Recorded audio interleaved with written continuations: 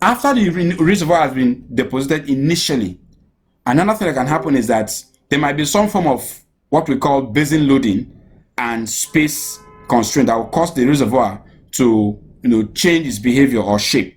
Now look at this. The yellow here is the reservoir, and then what we have as this dark gray below it is the non-reservoir or muddy rock. Now imagine that sands are coming in from this location and coming into what we call a basin. And as more continues, see what's going to happen. This muddy material is going to try to, because there's water in it, it's going to try to adjust, because the clastic rock or the reservoir rock above it has a different mechanical behavior. So this muddy component will just try to adjust to accommodate the reservoir that is still coming in. What you will notice is that towards the way you have the let me just try to annotate here. I don't know if that option is possible. Okay, the annotate is not there. Okay, that's fine. Well, what you notice is that if you can see my cursor on this part of it, you see the thickness, it gets a little thicker, and on this other parts you see it gets a little thicker, and then towards this part it gets compressed. And then you can imagine what compression does to the reservoir. So if you had a certain number of grains here and then you reduce the space, I'd like someone to type in the chat box, what do you think is going to happen to, again, their porosity? Let's just say porosity for a start. Is it going to get better or poorer?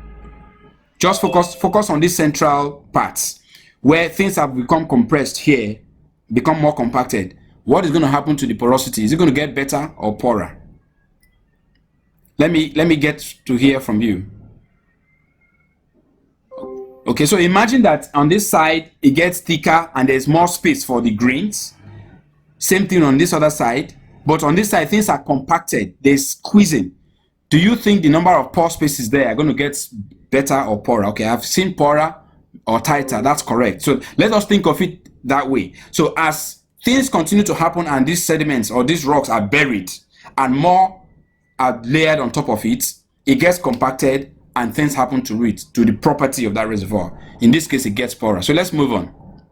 Okay, so ultimately, if you're looking at the subsurface, for example, you see all kinds of relationship, and it is all telling us that they're all in response to many processes. The rocks were originally decoupled from their parents, they were transported to a new location, and then other things happened. Either there was compression or squeezing, or there was some form of buckling or folding due to not enough space, lack of space. And as we just saw in the previous slide, that can affect the quality of that rock you are calling reservoir. Quality in terms of porosity, in terms of permeability, in terms of even the size of the trap that reservoir has originally